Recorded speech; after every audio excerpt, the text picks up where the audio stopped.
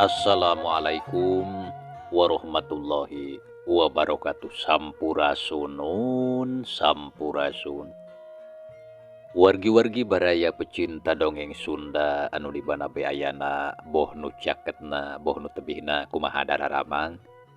Alhamdulillah pami dararamang mah eta anu disuhunkeun kurang sadayana siang kalayan wengi nyaeta aya dina kasehatan.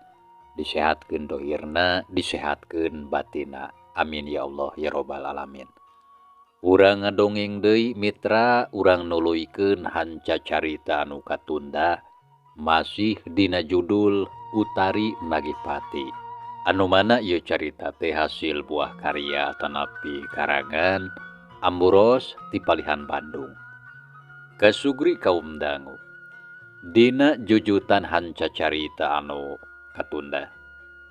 Pedaran kang tele kasapih kuanci dina mangsa medarkeun kayan alam ti peuting nyatana ka Sigojin anu harita keur menta tulung ka Pak RT sabatur-batur kulantaran manehna diudag-udag si jurig puntung eta hanca teh nya. Sumangga mitra urang lajengkeun deui ieu caritana.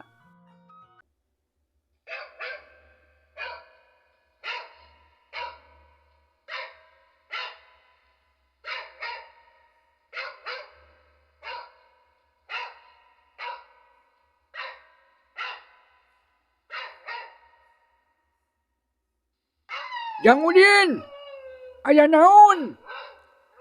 Ceuk Pak RT nanya ka si Gojin anu geus selar ngaliwat kana opatan. Si Gojin ngareret ka Pak RT samalah dina hatena hayang regeureun rek menta tulung. Tapi mata keheran mitra.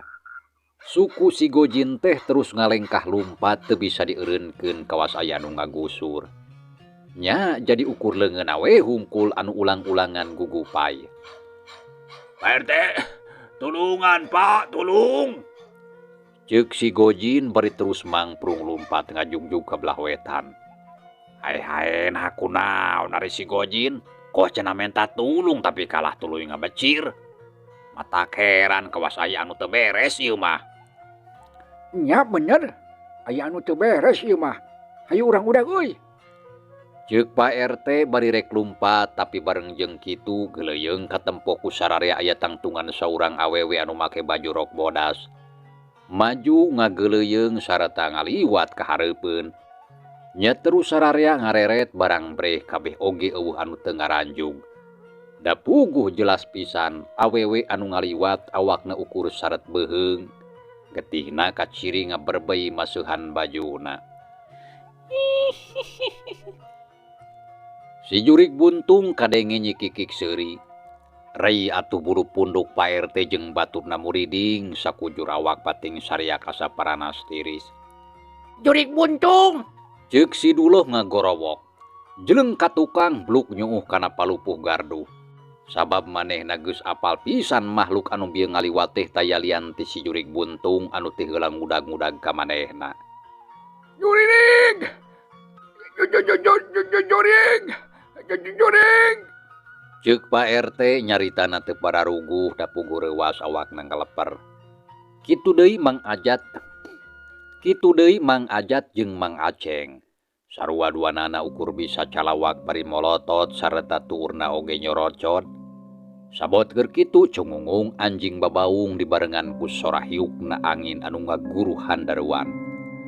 Sedengkeun sora si Gojin anu basa tadi lumpat. Ayeuna mah kadenge geus beuki laun sareta ngajauhan. Sanggeus aya kana sawatara waktu, Pak RT gancang sadar kana kaayaan. Astagfirullahaladzim. Aduh, nah teu salah teh tinggalian kitu tadi teh. Ceuk Pak RT bari gancang istighfar sarta ngusap beungeut.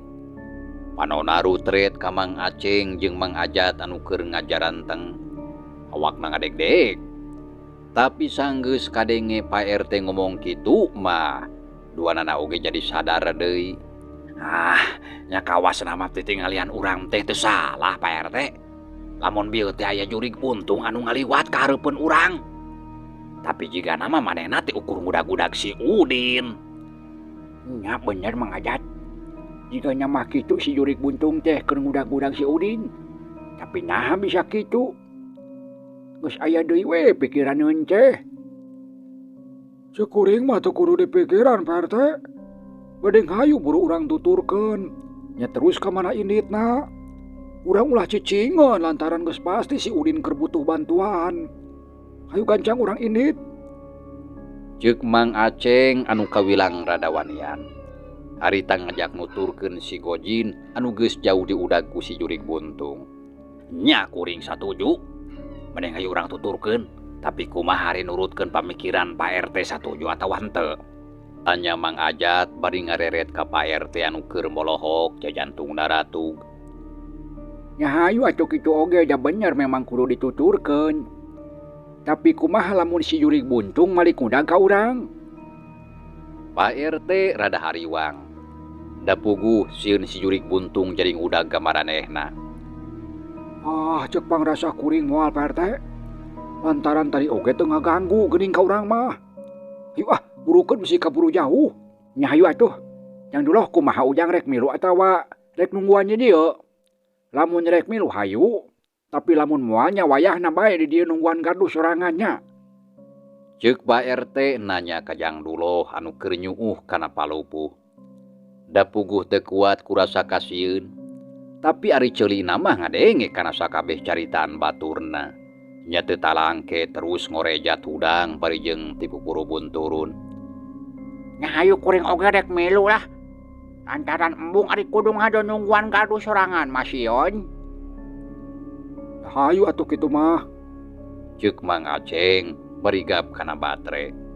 Kitu deui Pak RT gap kana obor sarata terus diseungeut. Malah mah teu poho sakalian mawa pakarang sabab bisi dibutuhkeun. Geus kitu bral opatan arindit semurusuh muru ka belah wetan nuturkeun si Jurik Hulu anu keur ngudag si Gojin. Sanajan nya oge Pak RT jeung baturna sieun jeung keueung, tapi sakaligus panasaran malah jadi hariwang kana kasalametan si Gojin. Sok inggis aya kajadian anu teu dipiharep tumiba ka manehna.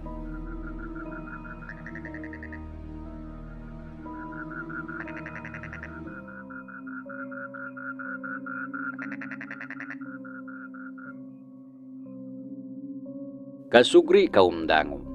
Ayeuna urang kocapkeun deui si Gojin anu harita keur lulumpatan.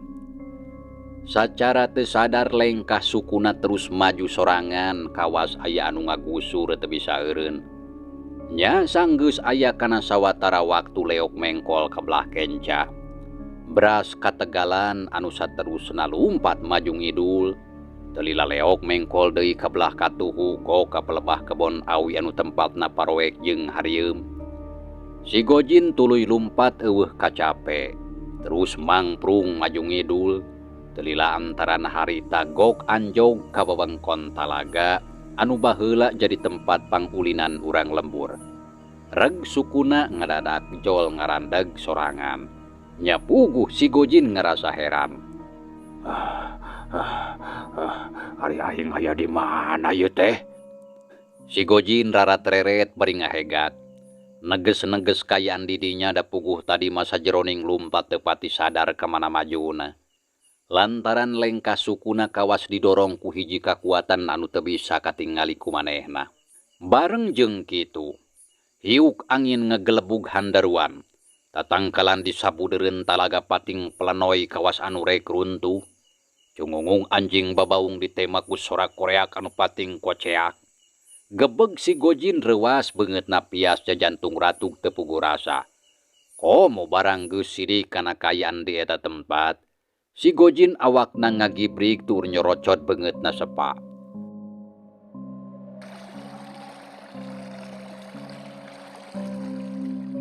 Aduh, alah, nah aing teh aya di talaga. Si Gojin manehna ngarasa heran naha make jeung ujug-ujug aya di dinya.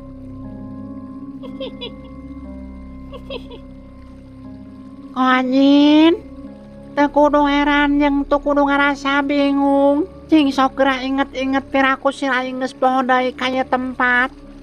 Apaan ieu teh talaga tempat anu baheula dipake ngagebruskeun awak aing teh. Sarta sakudong deui bakal jadi tempat padumukan siapikeun salilana.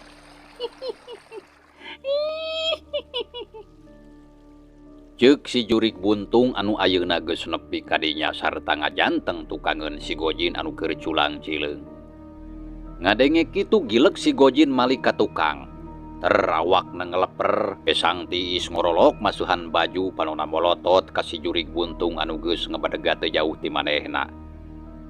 Hah, jurig buntung. Si Gojin ngagorowok bari jeleng mundur ka tukang. Kunaon sia Gojin? Ngadon mundur? Sieun modar sia teh? Ceuk si jurig buntung bari ngageuleuyeung nyampeurkeun. Sia setan, montong ngadeukutan. Kaditu gancang nyigah. Tembal si Gojin bari terus undur-unduran. Jajantung naratug hate teu puguh rasa. Teu kudu terus undur-unduran sia Gojin. Lantaran batas waktu hirup sia di alam dunia geus beak.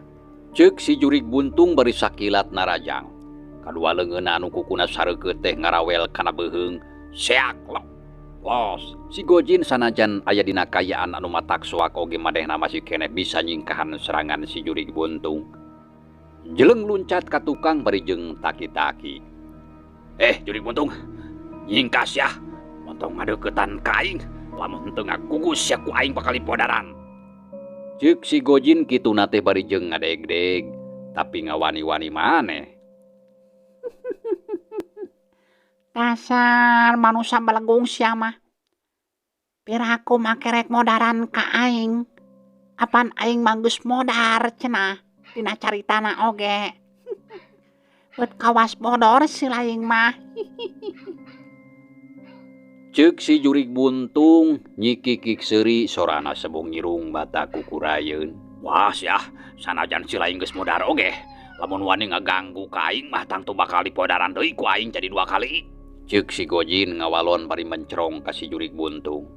Lantaran kaliwatan teuing ku sieun, akhirna manehna boga tekad rek ngalawan sakuat tanaga. Nya terus rog masang kuda-kuda menit tegep geus sayaga pikeun melaan nyawa. Sok atuh pikeun meakeun kapanasaran geura maju sia Gojin. Si jurig buntung nangtang sarta terus nangtung ngabadega hareupeun. Cok geura tadayu serangan aing. Hiat. Si Gojin ngagorowok. Jeleng luncat bari ngirimkeun panarajang peureupna ngolebat rek notok dada si jurig wulu. Hiuk, los. Peureub si Gojin ngeplos kawas nonjok tempat kosong. Sareta awakna terus nolonjong ka bawah ku tanaga sorangan. Gebru labuh nyuksruk kana jukut di sisi talaga. Aduh, sia dasar setan. Apaan aing mah setan? Nah sia tuh sadar-sadar. Si jurig buntung yang serikeun. Korejat si Gojin hudang terus gilek balik deui ka musuhna anu ti tadi teu ingkah tina tempatna. Malah mah teu usik-usik acan ngan ukur ka tempo oyag teh bajuna hungkul anu kekelebetan katebak ku angin.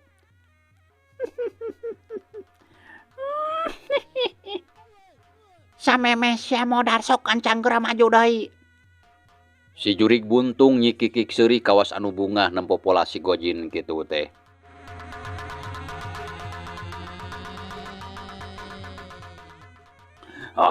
Montong waka bunga sia jurig buntung jahanam. Sebrut si Gojin nubruk ka si jurig buntung. Tapi plos panarajang Nangageblos koloyong. Gebru si Gojin labuh deui tuh nanenggar batu anu aya di sisi talaga. Aduh, jadol sia. Korejat si Gojin hudang. Sebrut narajang kitu jeung kitu bae manehna terus-terusan ngirimkeun serangan ka si jurig buntung. Leungeunna meuni pakupis tonjokan jeung tajongan teureun pasusul-susul. Tapi mata kanjakal. Hiji oge eueuh anu keuna da puguh ari si jurig buntung mah kasebut makhluk demit jeung awakna teu bisa ditarajang ku serangan anu sagawaya. Jadi si Gojin katempona teh ngan saukur sosolontodan sorangan kawas anu mabok. Nya atuh akhirna mah reg eureun bari rengha peranjug. Tada katara turun naik napasna ngahegak. Sedengkeun awakna karasa lungse tanaga jeung kawani geus mimiti ngurangan. Kunaon sia Gojin make jeung eureun? Tadi cenah rek modaran aing. Tapi lamun sia geus teu wani maju tinggal giliran aing. Geleyeung si jurig buntung nyampeurkeun ari si Gojin mundur ka tukang. Bareng jeung kitu sabrut si jurig buntung narajang. Leungeunna anu panjang raranggoas teh ramakah terus ngolebat rek nyakar beungeut si Gojin. Siut, bret. Ditakis ku leungeun si Gojin. Siut, bret. Leungeun si jurig buntung tuluy nyakaran pating kolebat ngababi buta ngarah kana awak jeung beungeut si Gojin. Adah. Koceak si Gojin ngajerit leungeun jeung beungeut naraca tapaku ku si jurig buntung. Burial atuh getih seger ngucur masuhan bajuna. Aduh.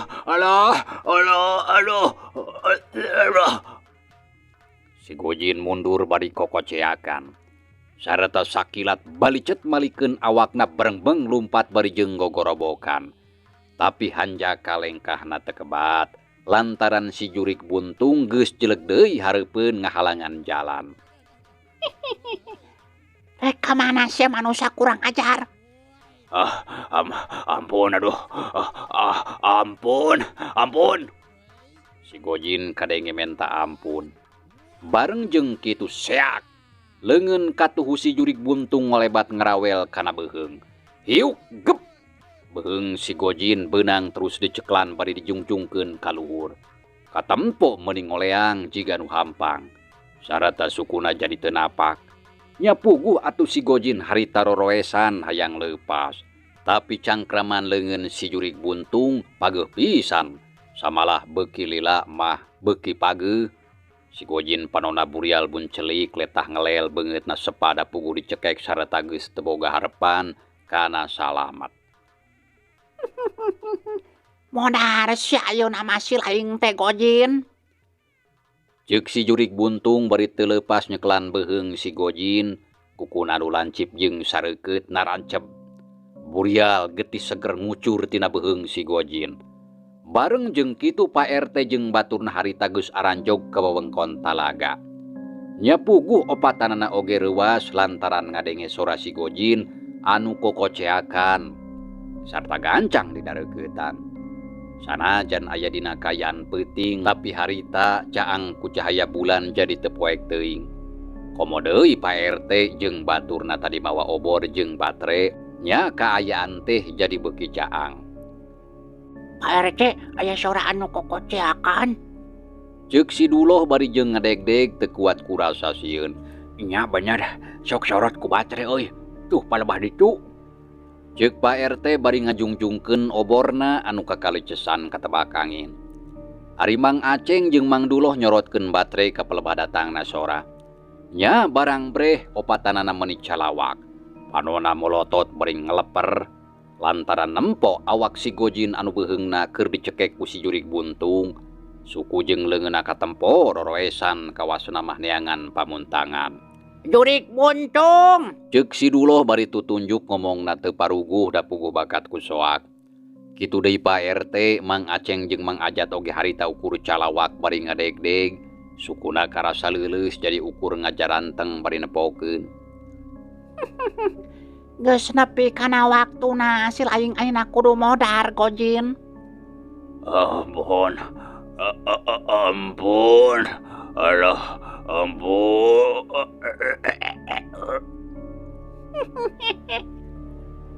Hiuk belawar. Awak si Gojin harita kene dibalangkeun ka luhur meuning ngalayang.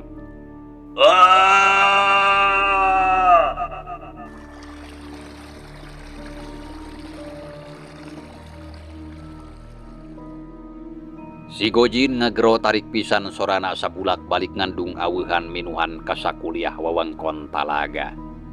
Kalayang awakna kaluhur, anu saterusna nyirorot deui ka handap. Terus ngagobrag ninggang batu gede anu aya di sisi talaga. Aduh.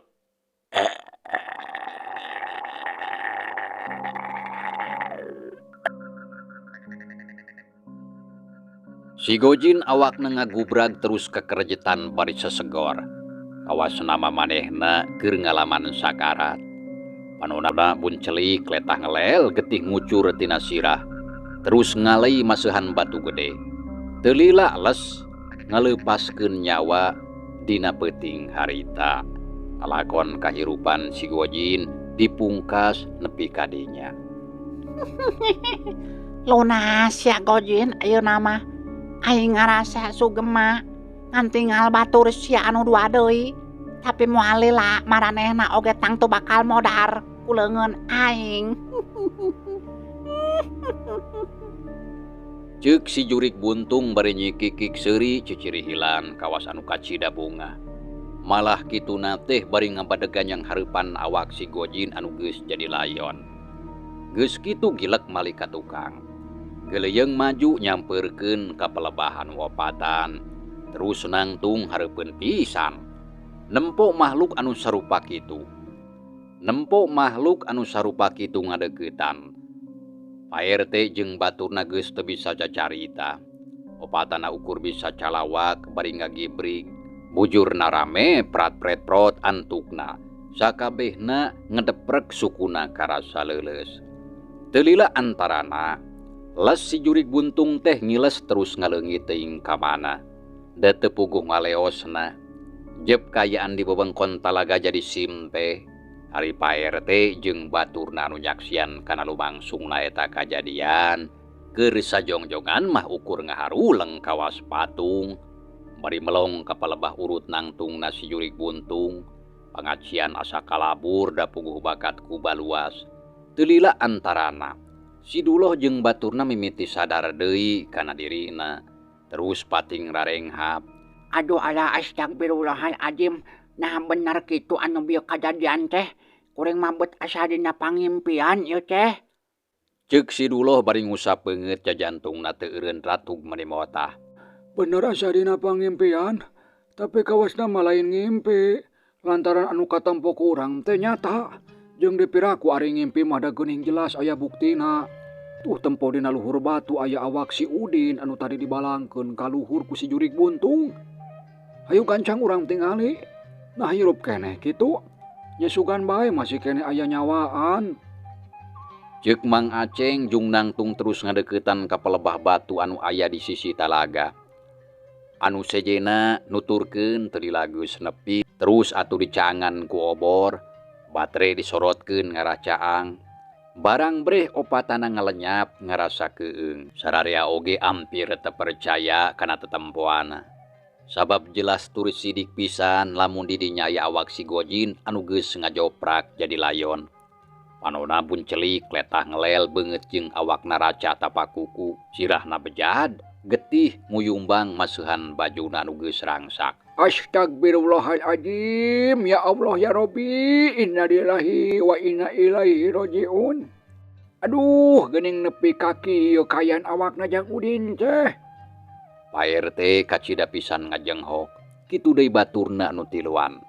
Sarata ampir bareng ngucapkeun innalillahi wa inna ilaihi rojiun. Bari jeung geumpeur ulu punduk pating puriding sakujur awak asa leuleus teu wasa nyaksian kana eta kajadian.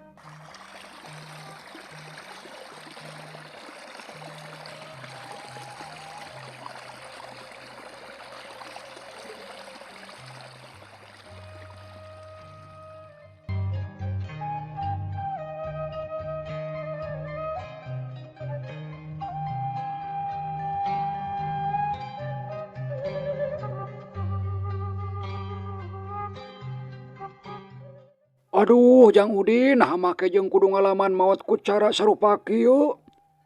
Tuning mata kuatir sekaligus jadi matak nimbulkeun rasa penasaran. Naon sababna si jurik buntung ngabinasa ka manehna? Ceuk Mang Aceng bari jeung gogodeg panonna melong kana awak si Gojin anu geus ngalungsar jadi banusan alatan dibinasa ku si jurik buntung. Geus ayeuna mah tong wakar loba omong. Mending oge hayu urang bejaan heula batur kitu deui kula wargana. Lantaran ieu kajadian teh kudu gancang kanyahoan ku balarea. Tah ayeuna kuring rek mere beja ka Bi Ica salaku indungna. Mang Aceng bejaan Pak Ici ka imahna. Mang Ajat jeung Jang Duloh terus ka gaduh rondanya. Sarta takol kohkol satarikna sangkan urang lembur sakabehna harudang. Pak RT ngabagi tugas kanu tiluan, sangkan buru-buru mere beja ka sakabeh batur salemburna. Lamun dina peuting eta geus aya kajadian Rajapati ti Talaga. Mangga Pak RT. Mang Aceng nembalan nyebut mangga ampir bareng jeung anu sejena. Sanggeus sapu kitu mah bring opatana baralik ngajugjug ka lembur. Pak RT kebat ka imah Bi Ica, ari Mang Aceng nyusulan Pak Ici. Sedengkeun Jang Duloh jeung Mang Ajat terus ngagedik muru ka garduh ronda. Sarata teu lila oge sakabehna geus narepi. Gancangna dina ieu carita mitra. Ayeuna urang kocapkeun bae ampir sakabeh urang lembur geus nyararing, tapi teu sakabeh daratang ka garduh ronda. Lantaran dina peuting eta mah kaayana kacida mata keueung. Tapi sanajan kitu, Pak Ici, Mbah Ebon, palebe salaku anu dipercaya jadi kokolot lembur, dibaturan ku sababaraha urang anu sejena geus ngariung di garduh ronda. Terus silih tanya jeung baturna. Tekung silila jebul Pak RT anu kakara datang ti imah Bi Ica, sarta geus nepikeun ngeunaan kajadian anu tumiba ka anakna. Nya barang menang beja anu dibawa ku Pak RT kawas kitu. Puguh bae Bi Icah meuning ngajenghok, samalah terus ceurik ngading liut lantaran asa diheulang. Da puguh kakara oge beurangna panggih jeung anakna teh anu karek mulang ti kota. Tapi ayeuna geus aya beja maot di Talaga. Nya puguh bae atuh estuning matak nyeri kana hate.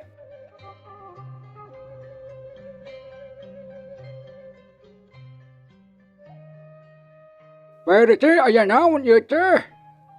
Ceuk Pak Ici gancang tumanya ka Pak RT anu kakara datang. Nya bener aya naon ieu teh mun asa dareuwas Abah mah. Ceuk Mbah Ebon nanya beri melong ka Pak RT. Anu Pak Ici, Pak Ebon, palebe. Kitu di kasadayana puguh oge dina peuting ieu teh aya kajadian anu matak leuwas jeung baluas.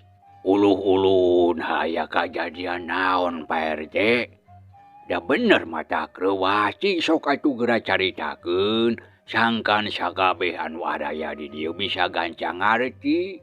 Jeung nyaho, mangga palebekeun urang pedar kieu eta teh.